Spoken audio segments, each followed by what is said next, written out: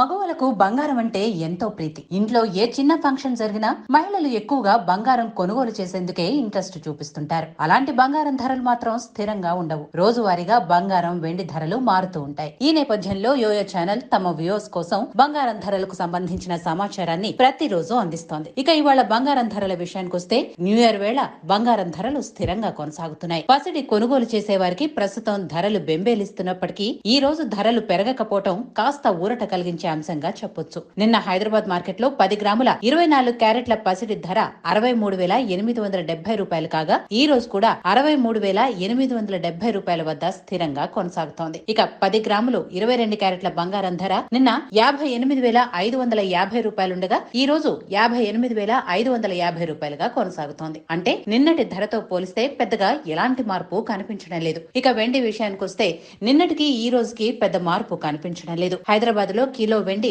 నిన్న 80,000 రూపాయలుండగా ఈ రోజు అదే ధరల్లో కొనసాగుతోంది.